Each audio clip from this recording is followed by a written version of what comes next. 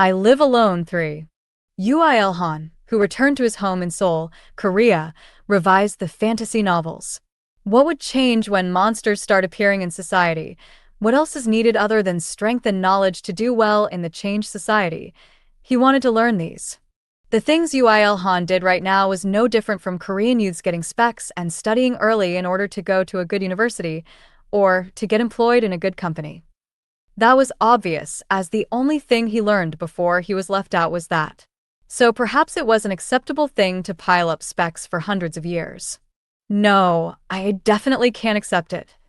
Rita, who came back, sneaked back to Ui Han's side while he was researching various things from all kinds of fantasy novels, looked at him, and shook her head. No matter how study-stricken Korean students were, was it possible to study for several hundreds of years? Of course, Ui Han's current actions were mostly due to escapism to forget his own loneliness, but not submitting under such a situation and finding new things to do was proof of his strong mentality. No, perhaps the long period of training may have changed him. Rita, since you're here, tell me. I want to try corpse disassembly or smithing. What should I try first? Ui Han looked at Rita with a serious gaze. Rita thought it was absurd, but she had no choice but to reply. To confront monsters, defensive equipment and weapons made with monsters as materials are the most efficient, so I can say both. But I think it's easier for you to learn the basics of disassembly rather than smithing.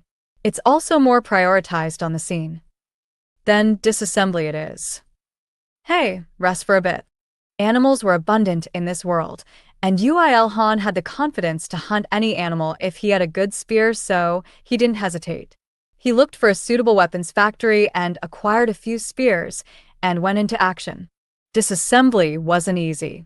Not only was it difficult to hunt the animal without injuring it much, peeling the leather without damaging it and cutting the meat by parts and processing all of it was considerably profound, and the process was different for cows, pigs, bears, tigers, lions, elephants, etc. However, time solved everything. Ui Han hunted and disassembled most of the animals he could hunt in several decades and learned the techniques. It was to the point that he could estimate and see through how he would disassemble an animal he had never seen before. Rita, if I hunted all the animals now, wouldn't monsters not appear then? God has sent humans to other worlds in order for humans and monsters to compete in the same conditions. Excluding me. Rita naturally ignored Ui Han's words and continued speaking. But if you kill all the animals now, then it goes against the balance.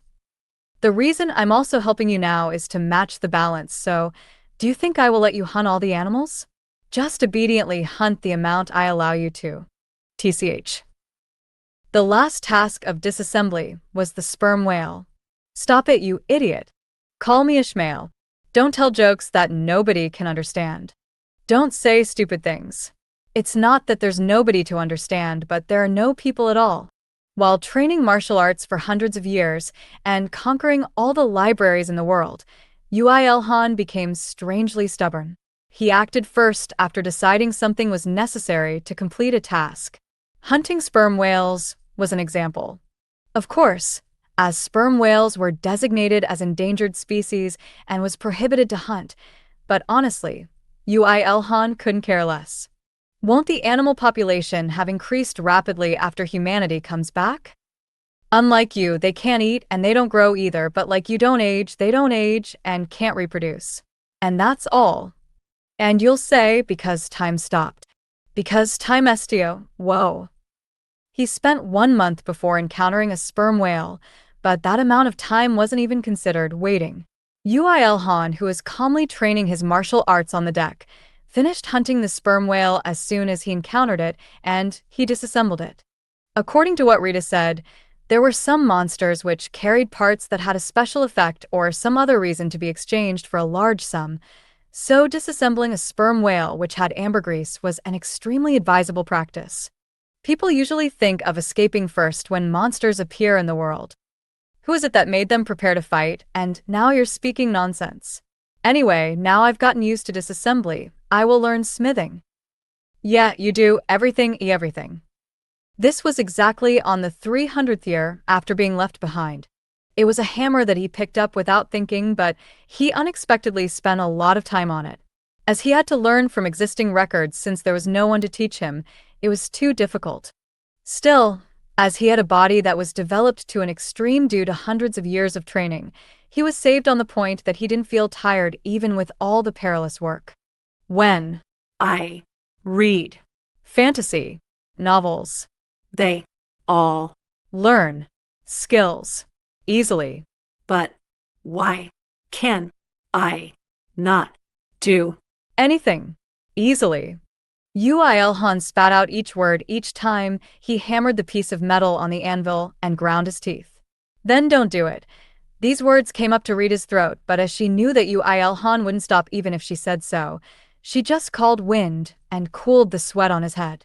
Just teach me the skill to call wind. I said you need to handle mana? Arg. It took no less than 5 years for him to become used to using the furnace, extracting various metals such as iron, blowing the bellows, and produce a sword that could be considered having an edge. Rita, who received Uilhan's first work, which was neither a long sword nor a short sword but somewhere in the middle, gently closed her eyes and looked at the sword before voicing her honest opinions. I wonder if you can slice a radish with this. I won't tell you to slash a radish, so give it back. I want it as commemoration. I'll ask Lord God to preserve this even after the world resets. Why do you want to bully me so much? And when about 30 more years passed, Uilhan had the confidence that he made a sword that was better than factory-made ones. And after 50 more years passed, he had confidence that the weapon he created surpassed all the existing weapons on Earth, but Uilhan, who knew well that his ability wasn't good enough, yet couldn't stop there. Like a student who received 97 points on a mock test, Uilhan clung to smithing which had no clear answer. He created weapons that contained metals such as swords, spears, and axes, and even polearms. He conquered defensive equipment such as battle gloves as well. And 50 more years passed like that. No, you can't even cut a cucumber with this. Are the cucumber you know made of diamonds? It was truly unfortunate, but all humans had something called talent. According to the presence or absence of this talent, there were people who wouldn't be able to achieve something no matter how much effort they put into it.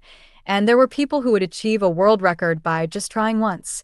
And there were people who achieved as much as they put into it. Uilhan was in no way a genius that mastered a technique by just trying once. However, as he steadily put more effort, his ability was increasing. Slowly, but never stopping. It was truly a coincidence, but to him who was forgotten by God and was left alone in the world, it was a blessing. The centuries became his asset without being wasted. When 200 and a few more years passed since he first picked up the hammer, Uilhan succeeded in creating a weapon to his liking. He pursued weapons that he could create in his personal space, so it wasn't made from anything like titanium alloy or carbon nanocubes, and such new materials, and was made from steel, but that spear was overly hard and sharp to be created by a human. How is it? I thought there was a limit to the technology on Earth, but human tenacity brings miracles. Ahaha! I've finally created a steel sword that can make Mo Pomo cry. T/N. Mo Pomo is a master swordsmith in the Jemung myth. The closest English alternative would be https://en wikipedia.org/wiki/wayland_the_smith according to Google. This is a spear though. There were points that even Rita, an angel, would marvel at. The sharpness which seemed like one would get cut from just looking at it, and hardness. The spear point and the spear shaft was separated by a socket, but the spear shaft was also made entirely from steel, and it was heavy. Wielding this spear freely was only possible by Rita or Uilhan. Of course, there were only the two of them on Earth right now other than animals. But I kept telling you though, when mana is released, new materials would be birthed endlessly, so why are you so obsessed with steel? Now that I've gotten used to handling metals, I'll handle whatever material that comes at me. Uilhan indifferently replied and swung the spear after Rita handed it to him. As it was created to fit his body figure, the feeling he got when he swung it was addictively great. A handicraft that can be used for several decades or more if maintained it well, had been created. This was on the 507th year after he was left behind. Then, Uilhan sighed while putting down the spear. What now? Rita's heart sank after she heard those words. She wished for the time humanity would come back when she saw him holding the hammer for more than several decades, but she didn't know that even now, when more than 50 times the estimated 10 years had passed, humanity didn't return. Just how much deviation is there on the time axis to become like this? Rita wanted to nitpick with God, but in truth, she hadn't even met God in person. An existence that forever had to wait without requesting answers. She learned that from a senior angel. The great cataclysm must be coming soon, right? You don't know when you have to fight with monsters, so I think it's better to train your martial arts and heighten your senses. Well, I think we're past the 100-year boundary, so it's about time for them to come back, right? Uilhan, who lived by immersing himself in the task in front of him, didn't know the flow of time well. All time observation devices in the world had stopped, so Rita, who was a higher existence, was the only one who could tell him the time. To Rita, it was instead fortunate. And so, Uilhan started training his martial arts again. It was still veil tudo and spearmanship, but too many things had changed when compared to the beginning. The degree of body tempering and techniques were different, and especially his concentration was different. The concentration which increased due to reading and smithing was an incomparable achievement. Whoa, I feel like I've swung the spear for 3 hours. Rita, give me food. I'm so hungry that I'm about to die. Perhaps due to concentrating while swinging his weapon, he got more hungry.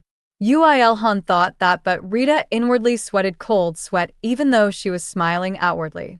The time he concentrated on his spearmanship wasn't 3 hours, but 3 days. From then, Rita prepared 1 meal per day, meaning one every 24 hours. Of course the amount was huge, but Uilhan instantly cleared it and concentrated on training again. And when 200 years passed like that, Uilhan felt it was insufficient with just the spear, so he started picking up other weapons. Daggers, greatswords, axes, and even guns couldn't avoid his hand. Martial arts was the same. He researched into and learnt taekwondo, aikido, karate, muay thai, kickboxing, and even some martial arts which only existed in records. With that moment as the turning point, his physical body overcame the limit and started transforming. Above all, the power and durability of his muscles became stronger, but the volume was decreasing little by little. It wasn't just something like compressed muscles that people talked about. His body cells, which were exposed to a miraculous state where it didn't age but kept being active, was mutating due to the long period of training. Stronger, but more efficiently in order to not become a hindrance to movement. Of course, the bones, the skin, and even the inner organs were the same. As if it knew that it would have to confront many enemies in the future, it was strongly evolving to optimize itself to battle. Roughly speaking, it was comparable to a mutation that wouldn't happen for several generations was happening in one human's body. Rita observed that, and she couldn't hide her disappointment. Thanks to God's mistake, she was able to see a human exceeding humans even without mana, and when the great cataclysm happens and Uilhan learns mana, then he might grow up into a truly amazing existence. Did you perhaps intend Uilhan's growth? Are you bullying him since Uilhan's growth isn't to your liking yet? Just when is it? He would approach his limit sometime. Please send humanity back to Earth before that happens. Before he decides to give up life, please. As if mocking Rita's prayer, which contained her earnest feelings, time kept flowing. Fortunately, Uilhan was immersed in martial arts, so he wasn't well aware of the flow of time, but unless he was God, he would eventually hit a limit. When the limit approaches, what could Rita do for Uilhan? Just what? If there is something that Uilhan didn't experience yet, Rita's imagination, which extended endlessly, arrived at one point. A scene where a man and a woman were passionately entwining themselves on top of bed was playing in a strangely vivid manner inside her head. Among them, the woman's face belonged to Rita. Then the man's was. After looking at Uilhan kicking and punching lumps of steel as fighting partner, her cheeks reddened like a tomato. I'm so superficial even though I'm an angel who precedes God's orders. Even though it was a long time ago when I was freed from trivial emotions and desires. However, the more she thought about Han's figure immersing himself in reading, martial arts, and smithing, her thoughts became more realistic. The most novel and shocking stimulation. No matter how fed up Han was with everything, wouldn't he have no choice but to be fascinated by such a stimulation? Like the time he immersed himself in reading or smithing, to the point that he would immerse himself for 200 years without doing anything else. Rita's face became even more red when she imagined that. To think her face would change due to emotions. If she told this to herself before coming to Earth, she would never believe it. Yes, this is, in the end, to proceed with God's orders and not to fulfill my desires. If there is a person who can't wait for the great cataclysm and die midway, that's ruining God's reputation. From the beginning, this was my reason for coming to Han, so I'm absolutely in the right. With a speed that would make Usain Bolt cry, the thoughts inside her mind was justified. From the next moment, she was pondering on the timing to pounce at Han. She wanted to provide a new stimulation straight away according to her heart. No, for Han, but while he's immersing himself in martial arts, she can't bother him. To tie his will here, she had to wait persistently. At this point, Rita was having a huge misunderstanding. Han was, of course, moving to escape from the dull life, but his principles and acting was based in surviving after the great cataclysm occurs. If he just wanted new stimulation, there were many things he could do, whether it was games or sports or whatever. As she hadn't considered this point, Rita was basically confessing that she loved Han. Perhaps Rita also might have become strange while observing for so many years. However, sadly or fortunately, the time for Rita to erupt her feelings and desires to Han didn't come. When exactly 1,000 years had passed after Han was left by humanity, the world reset and humanity came back.